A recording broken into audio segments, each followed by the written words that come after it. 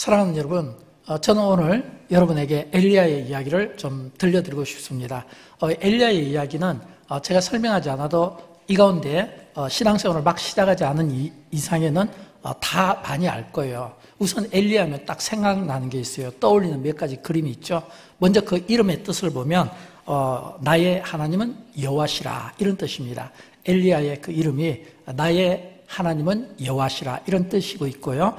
또 엘리야 하면 어떤 그림이 떠오르냐면 구약시대를 대표하는 선지자가 됩니다. 또 예언자가 또 되기도 하고요. 또 성경에서 이 죽음을 보지 않고 이 하늘로 이렇게 승천한 몇 사람이 있는데 그 중에 한 사람이 바로 엘리야입니다.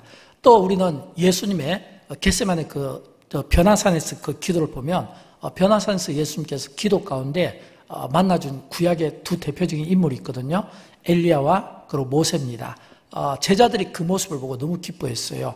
왜냐하면 엘리야는 구약 시대를 대표하는 선지자의 대표성을 가지고 있고 또 모세는 율법을 대표하는 대표성을 가지고 있고 이것을 보면 이 엘리야가 굉장히 이름의 뜻과 그리고 이 엘리야에 대한 굉장히 다양한 그 어떤 이 상상력을 동원하게 되면 매우 하나님 앞에 크게 위대하게 쓰임을 받은 것을 보게 됩니다. 그러나 오늘 우리가 읽었던 이 본문은 이제 엘리야가 성경에 처음 자신의 그 모습을 드러내는 첫 장면입니다. 근데 이 첫 장면을 보게 되면 우리가 기대했던 것과는 전혀 달라요. 왜냐하면 우리가 그 구약 성경에서 보통 구약의 인물들을 언급할 때 족보를 많이 끄집어내거든요. 예를 들어서 뭐 아브라함과 이삭과 야곱, 뭐 또는 요셉 이런 식으로 족보를 넣든지 아니면 부모의 이름, 예를 들어서 아빠가 누구인가, 아버지가 누구인가, 부모의 이름을 넣든지 아니면 뭐 이게 또 출신이 있잖아요. 예를 들어서 뭐 예루살렘인가, 뭐 이렇게 갈릴리인가 이런 어떤 배경들이 있잖아요. 근데 이 엘리야는 성경에 보면 디셉 사람 엘리야 이렇게 되어 있거든요. 뭐 요즘에는 뭐 컴퓨터가 잘 돼 있어서 그냥 뭐 디셉 해서 딱 만약 여러분이 검색을 해보면 이 디셉은 몇 번 나오는데 그 몇 번이 전부 엘리야를 소개할 때만 나와요.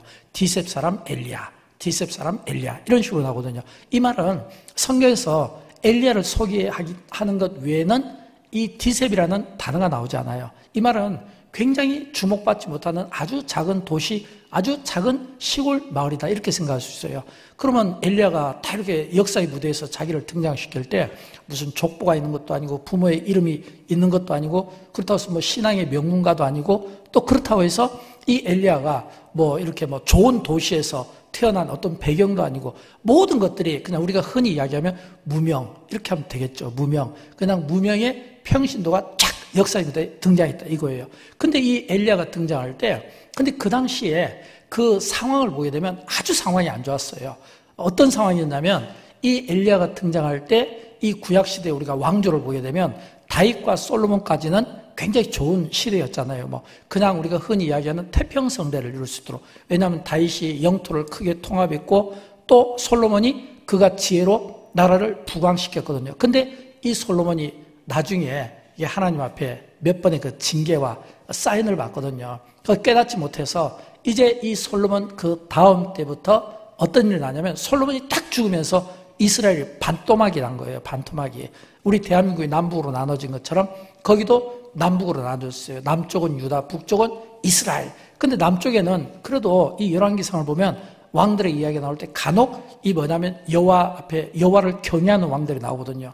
근데 이 북이스라엘 같은 경우는 상황이 달라요. 어떻게 달랐냐면 이 북이스라엘 왕은 처음부터 시작해서 마치 왕들이 누가 더 악한 왕인가, 마치 누가 더 악하고 누가 더 사악하고 누가 더 하나님 앞에 범죄했는가, 마치 그냥 경쟁하듯이 가장 악한 왕들의 이름이 쭉 언급이 되는데 구약에서 가장 악한 왕을 이야기할 때는 이 구약성경에서 이 왕조 북이스라엘에서 아합을 이야기하거든요. 아합이 가장 악한 왕으로 또 그 왕비는 이세벨은 가장 사악한 왕비로 나오거든요. 그러니까 그런 그 역사의 무대에서 지금 엘리야가 등장하는 거예요. 그러면 우리가 상상할 수 있잖아요. 야, 엘리야가 이게 뭐 족보도 없고 집안도 뭐 배경도 별로 이렇게 내세울 곳이 없는 이 무명의 사람인데 근데 엘리야의 이름 뜻을 보아도 멋있고 그가 갈멜산에서 850명 우상숭배자들과 싸워서 이긴 장면도 멋진 장면이고 또 예수님 그 변화산에서 기도할 때 그들이 이 엘리야가 탁 올라온 것도 멋있고 엘리야에 대해서 굉장히 좋은 것을 많이 가지고 있는 거예요. 그런데 배경은 없어요. 그렇다면 어떨까요? 무명이고 뭔가 이렇게 뒷받침이 되지 않는 가운데 그럼에도 불구하고 그가 스스로 자신의 힘으로 그가 어떻게 보면 이 선지자들 가운데 가장 위대한 선지자로 쓰임을 받은 사람이 누구냐면 엘리야다, 이렇게 말씀드릴 수 있어요. 그래서 이 엘리야가 어느 정도로 그가 악한 시대에 있었냐면 우리가 이 엘리야가 악한 시대에 있었던 이 배경을 열왕기상 16장 30절과 33절을 보면 이렇게 나와 있습니다. 30절을 보면 이 아합은 이 북이스라엘의 왕 중에 가장 악한 왕이었어요. 가장 악한 왕. 그러니까 그의 이전의 모든 사람보다, 이 말은 그의 이전의 모든 왕들보다 여호와 보시기에 악을 더욱 행하며 이랬거든요. 그 다음에 30절에 보면 이 아합이 바알도 우상 숭배했는데 아세라라는 우상을 또 만드는 거예요. 그래가지고 이스라엘의 하나님 여호와를 노하시게 하였더라. 이 노하시게 했다, 이 표현이 구약 성경, 예전 성경으로 보면 이 여호와를 경노하게 했다, 격발하게 했다, 이런 뜻이거든요. 그러니까 하나님 보시기에 가장 악을 행하고 그리고 하나님을 가장 노하게 만든 이 아합 왕이거든요. 그때 탁 하나님께서 이 엘리야를 우리에게 지금 주목시키는 거예요. 저는 이런 의미에서 이렇게 한번 생각해 봅니다. 하나님께서 이 엘리야를 오늘 우리 시대에 들려주신다면 어떤 메시지가 있을까? 이런 생각을 해본 거예요. 하나님께서 엘리야를 우리에게 보여준다면 어떤 메시지가 있을까? 그건 하나님께서 엘리야라는 한 평범한 무명의 선지자지만 그러나 그를 통해서 우리에게 들려주시는 이 메시지는 오늘 이 악한 세대에 그리고 이 악한 시대적인 이 풍조 속에 엘리야와 같은 사람에 대한 목마름을 갖지 않았을까? 엘리야와 같은 그런 사람에 대한 기대가 있지 않을까? 이런 생각을 안 해볼 수가 없게 된 겁니다. 또 뿐만 아니라 이 엘리야가 악한 왕 앞에서 단호하게 이야기하는 것은 우리가 알고 있잖아요. 우리는 언젠가 일지는 모르지만 우리는 그리스도의 재림이 있음을 믿습니다. 또 그리스도의 재림의 때에 역사의 심판과 종말이 있음을 믿습니다. 그리고 그 역사의 그 종말과 그 심판 때 심판을 받게 될 텐데 그때 그 심판의 그런 모습들을 오늘 이 선지자 엘리야를 통해서 우리에게 마치 리허설로 보여주는 것과 같은 그런 마음들을 지우지 않을 수 없다라고 하는 겁니다. 자, 이런 배경에서 이 악한 왕 아합 앞에 지금 오늘 보면 1절을 우리 다시 한번 읽어보면 좋겠어요. 이제 엘리야가 어떻게 이야기하는지 우리 같이 한번 읽어보도록 할까요? 길르앗에 우거하는 자 중에 디셉 사람 엘리야가 아합에게 말하되 내가 섬기는 이스라엘의 하나님 여호와께서 살아계심을 두고 맹세하노니 내 말이 없으면 수년 동안 비도 이슬도 있지 아니하리라 하니라. 아멘. 여러분, 여기에서 이거 엘리야가 지금 앞에서 배경을 설명해 드렸잖아요. 그런 그 배경에서 엘리야가 아합에게 이야기한 거예요. 무슨 말을 했냐면 여호와께서 살아계심을 두고 맹세하노니 내 말이 없으면 수년 동안 비도 이슬도 있지 아니하리라. 여러분, 이 표현은 어떤 표현이냐면 지금 이 열왕기상 17장에서 이 엘리야가 등장했을 때 이 당시의 상황이 바알이 누구를 아합이 누구를 숭배했냐면 바알 신을 숭배한 거예요. 근데 이 바알 신이 그들이 어떤 생각을 가지고 숭배했냐면 우리에게 비를 주는 분은 바알이다 이거예요. 바알이 우리에게 비를 준다. 이슬도 바알이 준다. 그러니까 이 악한 왕 아합이 악하니까 어떤 생각을 가지고 있었냐면 자꾸 그 백성들에게 우상 숭배를 생각 속에 막 심어주는 거예요. 우리가 아합을 우리가 바알을 잘 섬겨야 돼. 우리가 바알을 숭배해야 돼. 우리가 바알에게 함부로 하면 우리에게 비를 주지 않을 거야. 그래서 우리가 바알을 잘 숭배해. 모든 백성들의 그 생각 속에 계속 바알을 갖다 숭배하는 우상 숭배 이 생각을 이 악한 왕 아합이 그 당시에 심어줄 때 엘리야가 이야기한 거예요. 내 말이 없으면 비도 이슬도 내리지 않는다. 이 이야기는 바꿔 이야기하면 지금 아합 왕에게 엘리야가 어떤 의미로 이야기하겠습니까? 아합, 지금 당신의 이야기는 틀렸어. 당신은 지금 이스라엘 백성들에게 비를 주시고 비를 내리시는 분이 바알이라고 그렇게 가르치고 있지만 아니야. 틀렸어. 하나님이야. 비를 주관하시는 분은 하나님이야. 비를 주관하고 비를 주시는 분은 하나님이야. 내가 여호와의 이름을 두고 내가 맹세하는데 내 말이 없으면 비도 이슬도 수년 동안 내리지 않을 거야. 이 말은 비를 주신 분이 하나님이시라는 그런 그 말씀을, 메시지를 이 엘리야가 지금 그 악한 시대, 악한 왕 앞에서 이런 말씀을 하는 거예요. 저는 여러분 그런 의미에서 이 엘리야의 이 말 속에서 우리가 비전을 가졌으면 좋겠어요. 어떤 비전을 갖냐면 엘리야가 세상의 잘못된 사고와 방식과 잘못된 이 어떤 종교와 이 세속적인 사고에 대해서 엘리야가 잘못되었다는 것을 지적하고 고쳐주는 것처럼 저는 교회가 엘리야처럼 세상의 잘못을 지적하고 세상의 잘못된 이 구조에 대해서 말할 수 있는 그런 용기가 교회에 그리고 하나님을 믿는 하나님의 사람들에게 있었으면 좋겠어요. 왜냐하면 언젠가 하나님께서 이 세상을 심판하실 때가 온다면 그 심판하시기 전에 하나님께서 선지자들을 보내신 것처럼 오늘 그런 그 역할을 감당해야 될 누군가에 대한 이런 하나님의 기대가 있지 않겠나라고 하는 겁니다. 그러나 여러분, 우리는 현실적으로 보면 이런 엘리야의 모습을 보면서 우리가 도전을 받아야 되지만 우리가 고개를 우리가 끄덕끄덕하면서 동의를 한다고 말하고 있지만 그러나 우리의 현실은 좀 달라요. 왜 다르냐면 우리의 현실은 이런 큰 그림을 보지 못하거든요. 하나님께서 성경을 통해서 우리에게 들려주는 성경의 인물들은 하나같이 큰 그림을 가지고 큰 그림 앞에서 크게 쓰임을 받았는데 그러나 우리는 이게 동의가 되지만 마음속으로는 그러나 이게 우리의 삶에서는 적용이 안 되는 거예요. 왜냐하면 눈앞에 있는 현실 때문에 그래요. 눈앞에 있는 현실이 먹고 살기 급급하고 여러 이런저런 어려움들이 있고 가정의 문제, 개인의 문제 이런 어떤 어려움들이 있다 보니까 그 어려움 속에서 전전긍긍하면서 하나님이 우리를 향하신, 하나님이 우리 교회를 향하신, 하나님께서 우리 대한민국을 향하신 이런 큰 그림을 보지 못하고 우리가 전전긍긍하며 살아갈 때가 참 많이 있다는 것을 우리가 볼 수 있어야 됩니다. 저는 그럴수록 오늘 하나님께서 이 엘리야를 통해 어떤 일을 하셨는가, 또 이 엘리야를 오늘 우리에게 보여줄 때는 역사의 무대에 탁 이 엘리야가 등장했을 때 기가 막힌 말을 했잖아요. 그러면 이 기가 막힌 말을 했다는 것은 그가 역사의 무대에 딱 등장하기 전에 이미 준비가 되었다는 거예요. 여러분, 하나님이 쓰시는 사람들의 특징은 반드시 하나님 앞에서 준비된 사람이에요. 저는 오늘 본문에서 엘리야가 하나님이 쓰실 수밖에 없는, 기뻐하실 수밖에 없는 두 가지 그가 쓰임받은 이유를 말씀드립니다. 첫째는 뭐냐면 신앙 고백입니다. 여러분, 신앙 고백이 있으신가요? 오늘 본문에 보면 엘리야는 이렇게 이야기합니다. 내가 섬기는 이스라엘의 하나님 여호와께서 살아계심을 두고 맹세하노니. 이거는 신앙 고백이에요. 어떤 고백이요? 나는 이스라엘의 하나님을 섬깁니다. 내가 섬기는 이스라엘의 하나님은 살아계신 분이십니다. 내가 섬기는 이스라엘의 하나님은 살아계시며 실존하시는 분입니다. 살아계신 하나님을 나는 믿습니다. 이거예요. 이 가운데 제자훈련 하신 분들이 많이 계실 겁니다. 영광교회는 제자훈련하는 교회니까요. 제자훈련할 때 제일 먼저 이 제자훈련 1권에 보면 이 뭐냐면 신앙고백과 간증에 대해서 우리가 배우잖아요. 간증은 내가 어떻게 예수 그리스도를 믿게 되었는가라는 것이라면, 고백은 내가 하나님을 믿는다는 것을 요약하지만 분명하게 고백을 하는 거예요. 베드로가 주는 그리스도시요 살아계신 하나님의 아들입니다.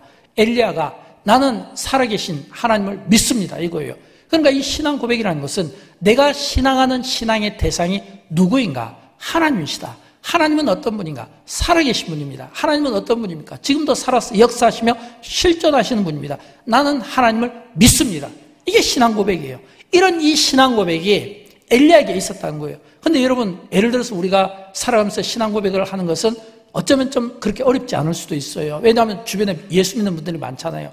예수 믿는 분들이 많기 때문에 안녕하십니까? 저는 크리스찬입니다. 저는 교회를 다닙니다. 저는 하나님을 믿습니다. 저는 하나님을 신앙합니다. 하나님은 지금도 살아계신 분입니다. 실존하신 분입니다. 우리가 예배를 드릴 때 오늘 이 예배 가운데 하나님은 임재하시고 그 임재 가운데 우리가 예배를 드립니다. 이렇게 말할 수 있지만, 그러나 엘리야는 다르잖아요. 왜냐하면 엘리야 주변에는 하나님을 신앙하는 사람들이 없었어요. 이 말은 뭐냐면 엘리야 주변에는 하나님 신앙하는 사람들이 없었다는 것은 이 역사의 그 어둠 속에서 혼탁하니까 또 이 아합이, 이세벨이 계속 이세벨이 하는 일은 하나님의 선지자들을 하나씩 잡아서 죽이는 일이고, 아합은 그가 왕의 그 신분을 가지고 백성들에게 계속 바알을 숭배하도록 그 생각과 그 사고 속에 계속 이렇게 세뇌 교육을 시키고, 그러니까 이 엘리야가 그 갈멜산에서 850명의 그 우상 숭배자들과 함께 싸울 때, 그때 그 싸울 때 엘리야가 이 이스라엘 백성들의 그 어떤 상태, 영적인 상태, 그 영적인 상태가 어떤 상태인가를 엘리야가 지금 정확하게 지적을 한 거예요. 어떤 상태인지 열왕기상 18장 21절에 보면 나오는데 우리 같이 한번 읽어보도록 할까요? 너희가 어느 때까지 둘 사이에서 머뭇머뭇 하려느냐. 아멘. 바로 이거예요. 이게 그러니까 지금 우리 같은 경우는 우리가 예수 믿고 우리가 하나님을 신앙하고 그 고백 속에 우리가 모여 신앙 고백도 하고 하나님 앞에 예배를 드리지만, 그러나 엘리야가 살던 그 당시는 모두가 우상숭배에 쩔어있던, 우상숭배에 쩔어있고 우상숭배에 앞장서는 마치 광적인 그런 어떤 사상을 가진 그런 잘못된 지도자들에 의해서 이스라엘 백성들이 갈등을 하는 거예요. 어떤 갈등을 하냐면, 여러분 우리가 성경에 나오는 남유다나 북이스라엘이나 그들이 누굽니까? 그들이 전부 다 같은 아브라함의 자손이잖아요. 그들이 누굽니까? 하나님의 사람들이잖아요. 그들이 다 같이 애굽에서 고난받고 광야 생활을 했던 하나님의 자녀들이잖아요.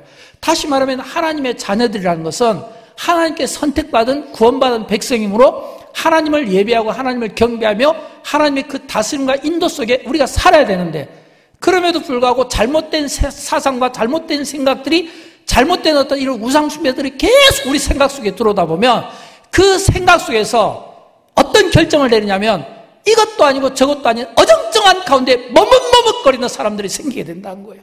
머뭇머뭇거리는 사람들.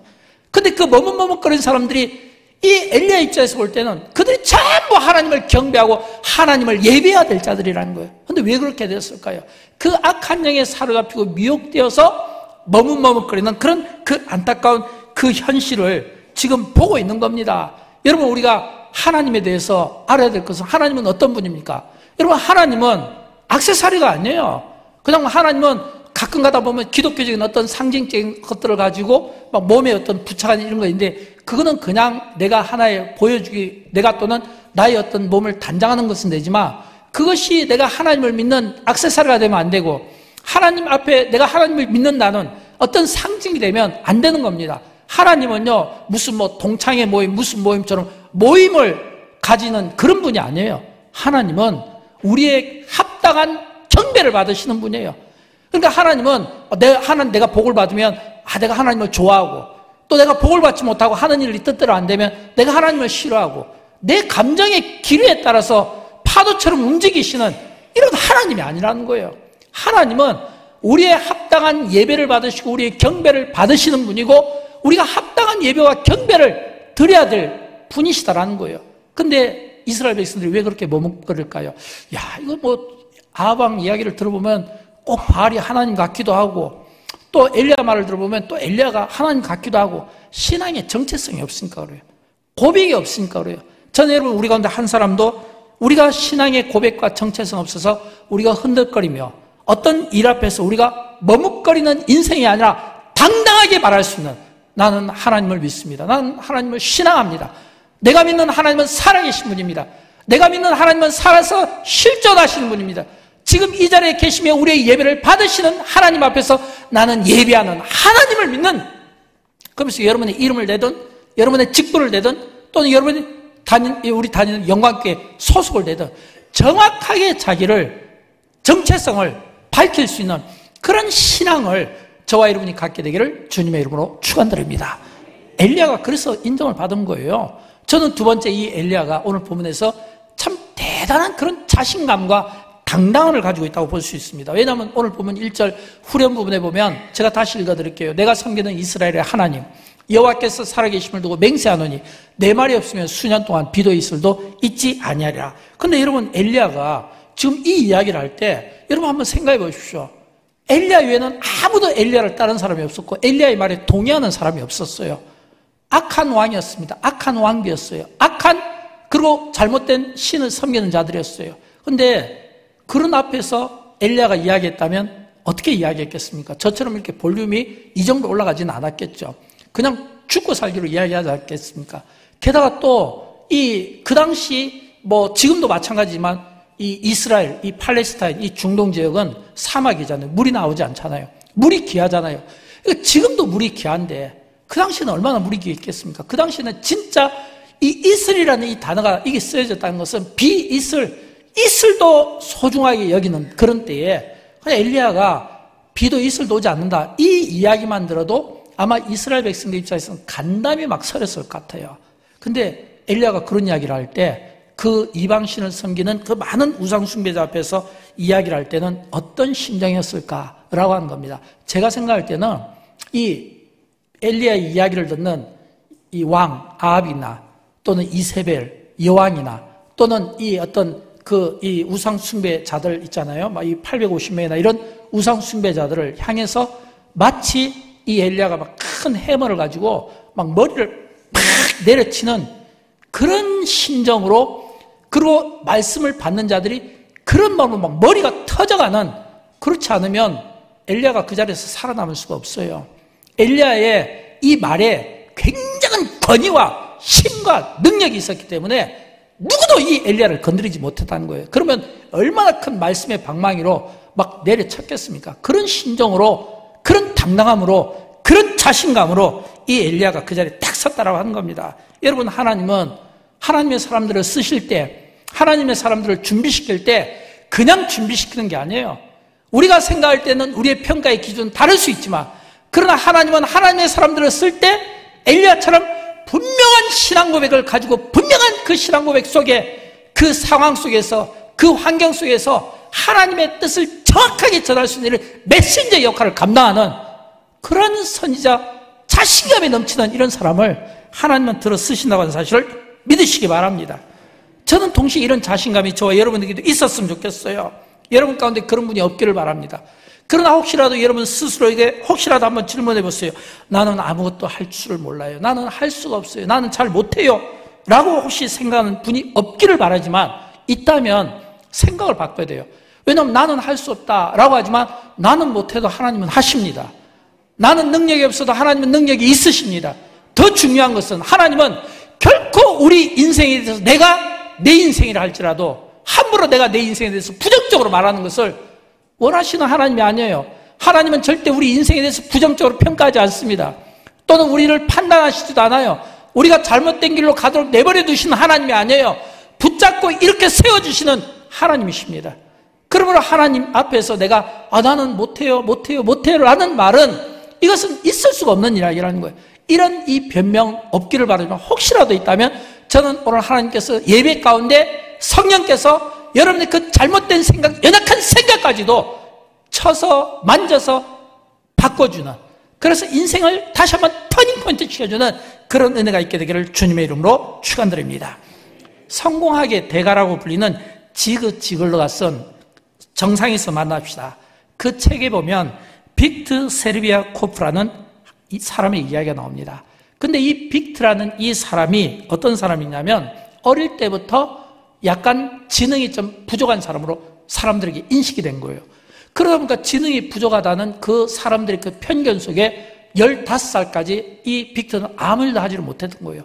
15살이 되니까 담임선생님이 불렀어요. 야, 빅트야, 너 아무래도 이렇게 가다가는 공부로는 넌 안 될 것 같아. 차라리 공부보다는 다른 방법으로 너의 인생을 찾아보고, 혹시 너가 할 수 있는 일이 있으면 공부 대신 바꿔보면 어떻겠냐라고 이야기를 했다는 겁니다. 그러니까 이 빅트는 그로부터 17년 동안 그는 아무것도 하지를 못했던 거예요. 그냥 아무 일도 없었어요. 근데 하지를 못했는데 스스로 자기 자신에 대해서 어떤 일도 하지 못하고 그냥 어정쩡하게 시간만 보내고 있다가 우연히 이 빅트가 IQ 테스트를 받은 거예요. 근데 IQ 테스트를 받는데 이 IQ 테스트에서 많은 사람들을 놀라게 했어요. IQ가 161이 나온 거예요. 놀라운 일이죠. 161이 나온 거예요. 그러니까 161이 딱 나오니까 이 161이 나오면서 너는 천재적인 머리를 가지고 있다, 이 이야기를 들으면서부터 이 빅터가 그때부터 막 열심히 막 글을 쓰기 시작한 거예요. 막 의욕이 넘쳐갖고 자기가 이렇게 똑똑하다고 막 글을 쓰면서 책도 남기고 연구를 하면서 막 이 발명 특허도 막 만들게 되고, 그러면서 그가 성공을 하게 되었다는 그런 이야기입니다. 여러분 가운데 혹시라도 의욕이 없고 매사에 모든 일이 힘들고 난 잘 안 돼 라고 스스로 자기 자신을 부정적인 이런 평가를 한다면 저는 IQ 테스트를 한번 받아봤으면 좋겠어요. IQ 테스트를. 왜냐하면 하나님께서 결코 우리의 IQ를 낮게 해주실 그런 하나님이 아니신 것을 믿기 때문에 그렇습니다. 사랑하는 여러분, 이 지글러가 이 빅터의 이야기를 들려줄 때 어떤 생각으로 이런 글을 썼을까요? 저는 이렇게 생각합니다. 빅터가 사람들의 그 편견이 너는 아무것도 할 수 없어, 너는 전능하야 라는 그런 이야기를 했을 때 아무 일도 하지 못했지만 IQ 테스트를 통해서 그가 지능이 높다는 것을 알고 그가 굉장히 삶의 의욕을 가지고 적극적으로 살았던 것처럼 오늘 우리가 회복해야 될 건 뭐냐면 자신감이에요. 자신감을 회복해야 된다는 겁니다. 다시 말하면 내가 내 인생에 대해서 이렇게 선포할 수 있어야 돼요. 그 누구도 내 허락 없이는 나를 불행하게 만들 수 없다. 그 누구도 내 허락 없이는 나를 불행하게 만들 수 없다. 라는 것을 내가 내 스스로에게, 내 자신에게 선포할 수 있어야 된다는 겁니다. 저는 여러분 선포합니다. 여러분 가운데 그 누구도 나를 불행하게 만들 사람은 없어요. 하나님의 허락 없이는 절대 나를 망하게 할 수가 없는 거예요. 저는 이런 믿음으로 오늘 우리의 신앙 고백과 함께 자신감과 함께 엘리야가 영적인 전쟁에서 큰 승리를 하며 성경의 인물 가운데 우리에게 정말 존경받는 그런 위대한 사람으로 조명된 것처럼 저는 엘리야 못지않는 신앙의 고백이 저와 여러분에게 있었으면 좋겠고, 엘리야 못지않는 그 이상의 그 자존심이, 그 자신감이, 그 자존감이 저와 여러분의 삶을 복되게 하기를 주님의 이름으로 축원드립니다. 왜일까요? 여러분, 이 세상은요, 눈에 보이는 게 다가 아니잖아요. 보이지 않는 세상이 있어요. 우리는 이 보이지 않는 세상을 영적인 세계라고 이야기합니다. 그리고 이 영적인 세계는 우리가 보이지 않지만 어떤 사람에게는 보여요. 어떤 사람에게 이게 믿어져요. 확실하게 믿어져요. 여러분, 공기가 우리 눈에 보입니까? 공기가 안 보이지만 다 공기가 있는 것을 아는 것처럼, 믿는 것처럼 하나님은 오늘 우리 가운데 계시고 우리 가운데 계신 하나님을 우리는 보기를 원하는 거예요. 하나님이 우리를 보기를 원하는 거예요. 말씀을 통해서, 설교를 통해서 또는 기도 가운데 보기를 원하는 거예요. 본다는 것은 뭐예요? 우리가 하나님을 본다는 것은 이 영적인 세계를 본다는 거고, 이 영적인 세계를 본다는 것은 우리의 영안과 안목을 넓힌다라고 하는 겁니다. 왜냐하면 이 세상은 영적인 싸움이기 때문에 이 영적인 싸움에서 승리하기 위해서는 반드시 신앙 고백과 자신감과 함께 두 가지 확인이 필요해요. 그 첫 번째 확인이 뭐냐면 내가 누구의 영향력 가운데 있는가. 이게 중요해요. 여러분, 누구의 영향력 가운데 있습니까? 오늘 엘리야는 1절에서 분명히 이야기를 하고 있습니다. 어떻게 해요? 17장 1절을 보면 엘리야가 아합에게 이야기하되 내가 섬기는 이스라엘의 하나님 여호와께서 살아계심을 두고 맹세하노니, 여호와께서 살아계심을 두고 맹세하노니, 이 표현은 뭐냐면 지금 엘리야가 나는 하나님께 속한 자라는 거예요. 살아계신 하나님 앞에 속한 자고 하나님의 그 영향술에 나는 살아간다고 하는 그 고백을 하고 있다고 하는 겁니다. 엘리야에게 하나님은 어떤 분이라고요? 살아계신 분입니다. 여러분에게 하나님은 어떤 분이십니까? 살아계신 분입니다. 나에게 하나님은 어떤 분입니까? 살아계신 분이에요. 살아계신 하나님을 믿는다면 오늘 우리가 죽은 듯이 살면 안 되잖아요. 하나님께서 살아계시고 역사하시며 우리의 인생 가운데 개입하시고, 그리고 이 역사의 어둠 속에서도 마치 엑스레이로 우리를 투시하듯이 우리를 투시하시며 그 믿는 자들을 찾으며 온 땅을 두루 감찰하시는 그 하나님의 그 영향력 아래 내가 있다는 것은 내가 결코 시시한 존재가 아니라는 거예요. 눈앞에 어떤 어려운 일들로 인해서 내가 왜 이거밖에 안 되지? 라고 생각할지 모르지만 결코 시시한 인생이 아니에요. 오늘 저와 여러분, 우리는 어떤 인생이 될까요? 우리는 하나님의 영향력 아래서 하나님이 크신 분이고 하나님이 전능하신 분이고 하나님이 전지하신 분이고 하나님이 능력이 있으신 분이라면 우리는 그분 안에서 그런 그 능력의 삶을, 하나님의 살아계심을 나를 통해 보여주고 증명할 수 있기를 주님의 이름으로 축원드립니다. 여러분, 반면에 아합이 왜 그 인생이 망한 줄 압니까? 왜 아합의 그 집안이 몰락한 줄 압니까? 아합이 몰락한 것은 엘리야에게 하나님은 살아계신 분이었어요. 그러나 아합에게는요, 이 바알은 사람의 손으로 만든 조각품이었어요. 생명이 없었어요. 또 뿐만 아니라 그가 오늘 성경에 보면 이렇게 되어 있어요. 열왕기상 16장 31절을 보면 나오는데 우리 같이 한번 읽어보도록 할까요? 시돈 사람의 왕 엣발의 딸 이세벨을 아내로 삼고 가서 바알을 섬겨 예배하고, 이게 뭐냐면 이게 아합 왕이 망한 이유입니다. 왜냐하면 아합이 지금 뭐냐면 이방 여자 이세벨을 아내로 삼았다고 했거든요. 그리고 가서 바알을 섬겨서 예배했다고 되어 있거든요. 또 우리가 앞에서는 뭐라고 했죠? 또 이세벨 상을 또 만들었다고 이야기했잖아요. 그러니까 이 아합 왕이 몰락할 수밖에 없었던 것은 우상을 섬기고 죽은 사람의 손으로 만든 신을 섬긴 결과고, 또 반면에 엘리야가 그가 하나님 앞에 능력 있게 역사 가운데 쓰임을 받았던 것은 엘리야에게 하나님은 어떤 분이라고요? 살아계신 분, 실제하신 분, 실존하신 분, 능력이 있으신 분, 이 차이다라고 하는 겁니다. 여러분, 왜 제가 이 말씀을 드릴까요? 우리가 똑같이 우리가 이 세상을 살아가지만 어떤 사람에게는 눈에 보이는 것이 다일 수 있고 어떤 사람에게는 눈에 보이지 않는 세상이 있다는 것을 보게 되는 겁니다. 눈에 보이는 사람은 눈에 보이는 것만 믿고 따르게 되어 있다는 겁니다. 근데 여러분 아십니까? 성경은 많은 경우 우리에게 영적인 면을 강조하고 있다는 것을 볼 수 있어야 돼요. 영적인 면을 강조하고 있다는 것은 보이지 않는 세상을 볼 수 있어야 된다는 거예요. 과거에 제가 참 존경했던 우리 고 옥하는 목사님께서 생전에 설교하시면서 피를 토하는 심정으로 그분이 설교 중에 자주 썼던 표현이 있어요. 그게 뭐냐면 이 세상을 지배하는 네 가지 악한 영이 있다는 거예요.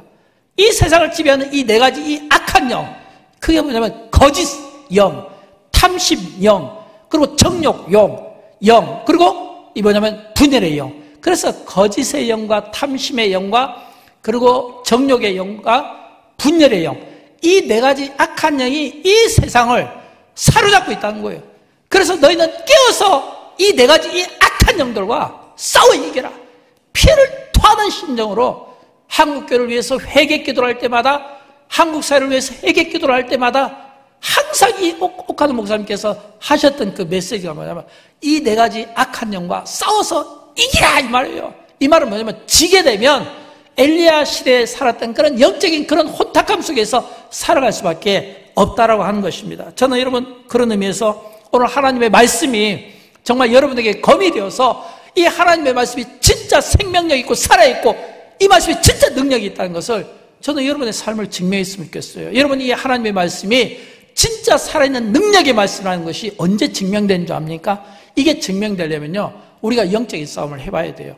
영적인 싸움을 해보면, 영적인 대결을 해보면 이 영적인 대결 속에서 하나님의 말씀이 얼마나 힘이 있는가 느끼게 된 거예요. 왜냐하면 주 여호와의 말씀은 빛이고 여호와의 말씀은 등이고 여호와의 말씀은 길이고 여호와의 말씀은 생명력 있고 운동력이 있어서 좌우에 날쌘 검이 있어서 우리의 혼과 그리고 골과 그리고 우리의 육신을 쪼개기도 부족함이 없다고 말씀하고 있잖아요. 하나님의 말씀에 비춰보면 찔림을 받아야 된다는 거예요. 여러분 우리가 가정을 이야기하잖아요. 그럼 여러분 가정을 이야기하면 하나님의 말씀으로 한번 비춰보세요. 그 하나님의 말씀의 검 앞에 한번 딱 세워보세요. 내 가정이 찔림받지 않을까요? 내가 의롭다고 이야기하십니까? 하나님의 말씀의 검 앞에 한번 서보세요. 내가 찔림받지 않을까요? 영광교회가 하나님의 말씀의 검 앞에 세움받는다면 여러분 찔림받지 않을까요?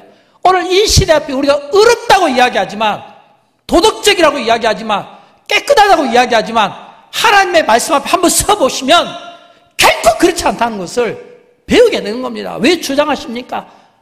왜 주장하는지를 모르겠어요. 왜 강조하는지를 모르겠어요.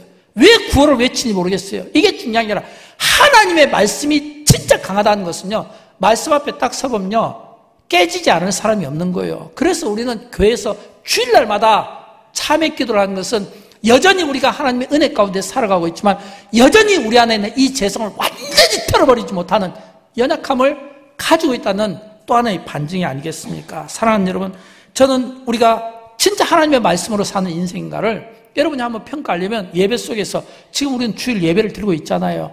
그런데 주일 예배를 드리고 있는데 우리가 진짜 하나님의 말씀 앞에 섰다는 것은 우리가 예배 가운데 하나님의 임재를 믿습니다. 우리는 하나님 앞에 예배를 드리는 거예요.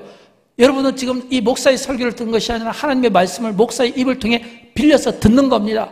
그러면 하나님 앞에서 예배드린 나는 어때야 될까요? 내 생각이 맑아야 되잖아요. 그런데 왜 우리가 하나님 앞에 예배를 드리면서 우리의 생각이 복잡할까요? 왜 우리 안에 염려가 있고 근심이 있을까요? 왜 우리가 하나님 앞에 예배를 드리면서 여러 바깥의 일에 대해서 우리가 생각합니까? 왜 우리가 하나님 앞에 예배를 드리면서 우리의 자녀들을 세속적인 방법으로 키웁니까? 왜 우리가 하나님 앞에 예배를 드리면서 오늘 우리가 세상의 가치, 어떤 영향을 우리가 받으려고 합니까? 예배를 드리면서 그러면 안 되잖아요. 근데 우리는 그런 경우가 많이 있거든요. 이건 뭘 뜻할까요? 아직도 우리는 성화의 과정을 가고 있는 것이지 완전히 우리가 영화된 삶을 사는 건 아니에요. 그래서 우리는 이 땅에 사는 동안 여전히 우리의 부족을 우리가 느끼지 않을 수가 없다라고 하는 겁니다. 그러나 이 부족함을 하나님의 말씀으로 저는 채울 수 있고 하나님의 말씀으로 우리의 삶을 조율할 수 있고 하나님의 말씀으로 우리를 깨우칠 수 있고 하나님의 말씀으로 우리가 돌이킬 수 있는 거예요. 엘리야가 너희가 어느 때까지 머뭇머뭇거리느냐라고 말한 것처럼 오늘 역사의 마지막 이 종말과 이 심판 앞에서 엘리야의 이 심정을 가지고 우리가 어느 때까지 오늘 이 세상의 가치관과 세상이 주는 이 어떤 즐거움과 그리고 어떤 세상의 영향력과 하나님 사이에서 어느 때까지 내가 머뭇거렸냐라고 할 때 나는 하나님 앞에서 내가 바르게 내가 세움을 받겠습니다 라는 이런 하나님을 신앙하는 이런 확고한 믿음 속에 나는 하나님의 영향력 아래에 있다. 나의 소속은 나는 하나님의 소속이다. 나의 소속은 교회다 라는 이런 분명한 이 확고한 이 믿음과 이 신념을 가지고 있을 때 세상은 우리 한 사람을 감당하지 못하게 될 줄로 믿습니다. 그런 믿음이 우리에게 필요한 거예요. 그 다음에 두 번째는 열정의 문제입니다. 여러분 어떤 열정을 가지고 있습니까? 모든 사람은 다 나름의 열정을 가지고 있어요. 오늘 본문도 마찬가지예요. 오늘 본문도 이 아합과 엘리야가 서로 열정의 싸움인 거예요.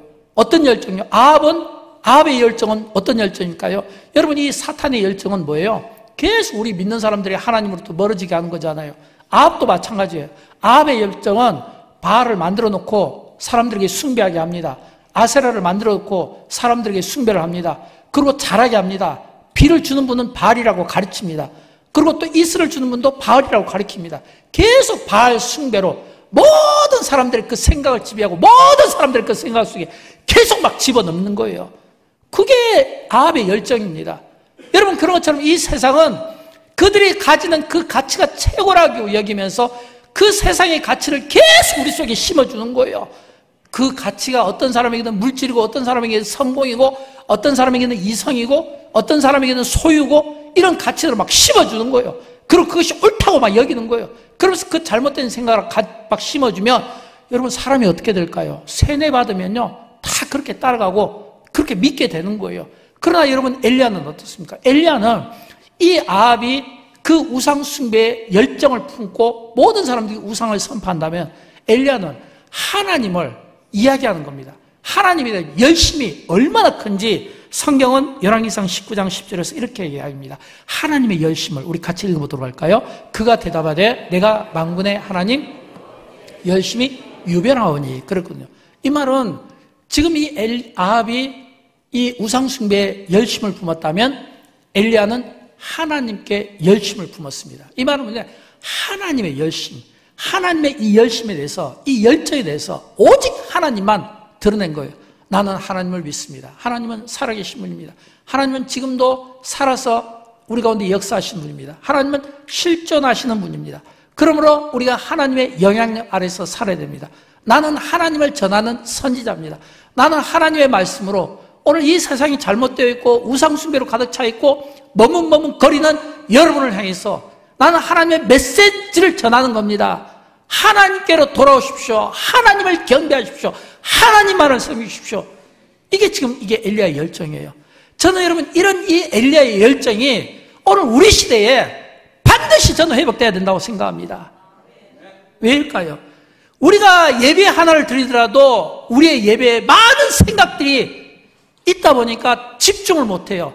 우리가 기도 하나를 하더라도요 많은 생각들이 있다 보니까 집중이 못해요. 우리가 봉사 하나를 하더라도 사람들의 어떤 시선과 대화 속에서 집중을 못해요. 여러분 예배는 하나님 앞에 드리는 겁니다.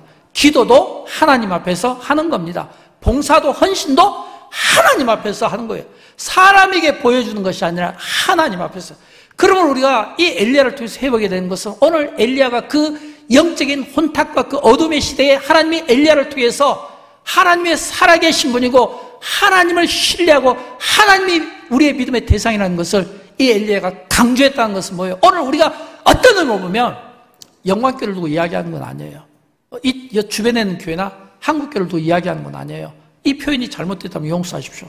우리가 너무 흐리멍텅한 뭔가 집중하지 못하고 여러 생각과 마음이 날루어져서 뭔가 하나로 딱 집중하지 못한 이런 집중력을 가지지 못한 이 시대에 여러분 우리가 회복해야 될 건 뭘까요? 저는 여러분 예배 한 번만 제대로 드리면 그 한 번의 예배를 통해서 하나님이 나를 만나주시고 그 한 번의 예배를 통해서 내가 살아나는 깨어있는 이런 경험을 하게 된다는 것을 어렸을 때부터 우리 부모님에게 들으면서 자라왔고 보면서 자라왔습니다. 저는 지금도 믿습니다. 우리의 흐트러진 삶이 예배 한 번을 통해서 저는 바뀌어질 수 있다고 믿습니다. 진짜 하나님 앞에 정직한 진실한 그 한 번의 그 기도를 통해서 우리의 삶이 터닝포인트가 될 수 있다고 저는 믿습니다. 우리의 삶, 우리의 봉사, 우리의 모든 영역이 저는 그렇다고 믿어요. 우리에게 필요한 것은 회복이에요. 그리고 이 회복을 위해서는 반드시 우리가 갖춰야 될 것은, 세상 사람들은 세상의 열정과 세상의 가치를 두고 열심히 갖잖아요. 그런 것처럼 예수 믿는 우리는 오히려 우리가 참 세상의 어떤 잘못된 가치관과 맞짱 뜨듯이 잘못되었다는 것을 우리의 이 삶과 이 예배를 통해서, 기도를 통해 우리가 보여줄 수 있는 이런 정직성이 오늘 우리에게 필요하지 않겠는가. 사랑하는 여러분, 하나님께서 왜 엘리야를 썼을까요? 아마 어떤 재밌는 신학자는 이런 표현도 씁니다. 오죽했으면 엘리야를 썼을까? 이 말을 바꿔야 하면, 그 많은 선지자들은 어디에 갔으며, 그 많은 지도자들은 어디에 갔으며, 그 많은 하나님을 부르짖던 사람들은 어디에 갔으며, 그 시골 촌구석에 있는 그 엘리야를 하나님이 들어 쓰시겠냐라는 그런 유머스러운 말도 하는 거예요. 우리가 하나님의 뜻을 알 수는 없지만, 그러나 하나님이 그런 그 무명의 그 엘리야를 찾은 것처럼 이 역사의 무대 앞에, 이 세계 앞에 하나님께서는 지금도 주목하고 계실 거예요.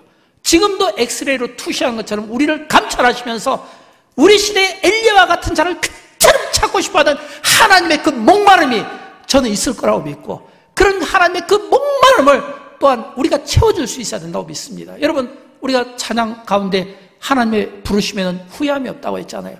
저는 하나님이 부르심에 우리가 후회가 없었으면 좋겠고요, 또 우리가 하나님의 부르심에 후회가 없도록 그에 맞는 인격과 신앙과 믿음과 예배생활과 기도생활과 그리고 우리의 모든 영성에 있어서 부족한 하나씩 조금씩 보완하고 수정해가는 이런 은혜가 있었으면 좋겠습니다. 지금 우리 한국교회는 뭐 여수는 그래도 좀 덜해요.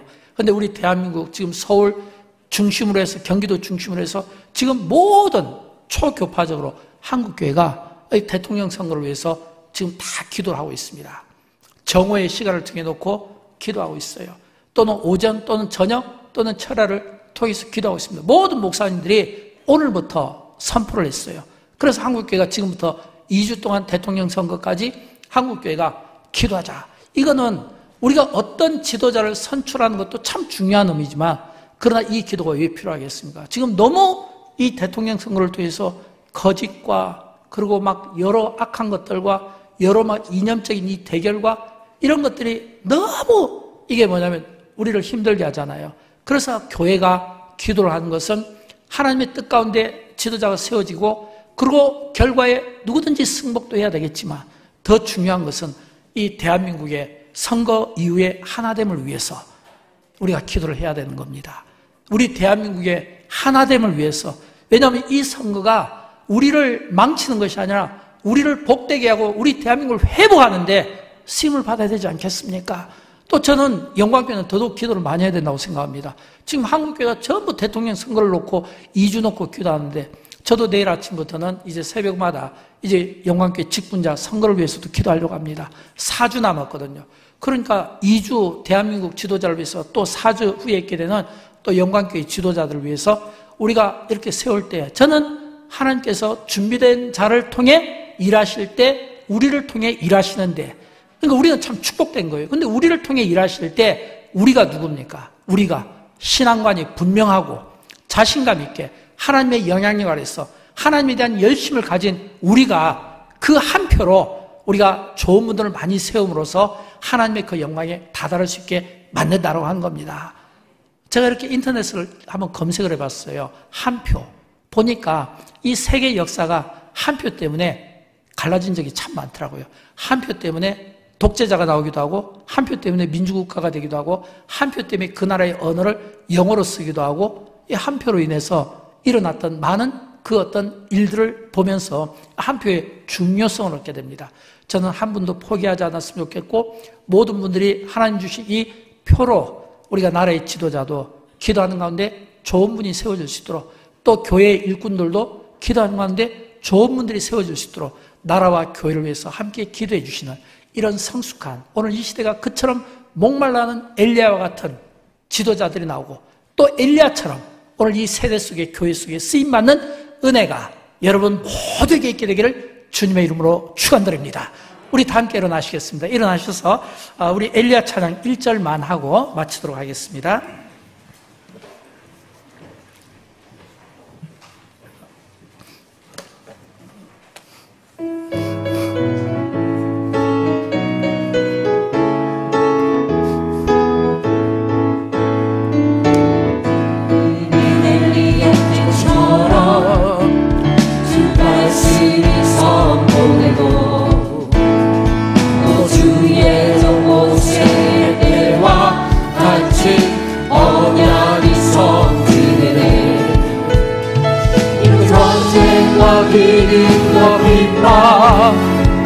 찬란한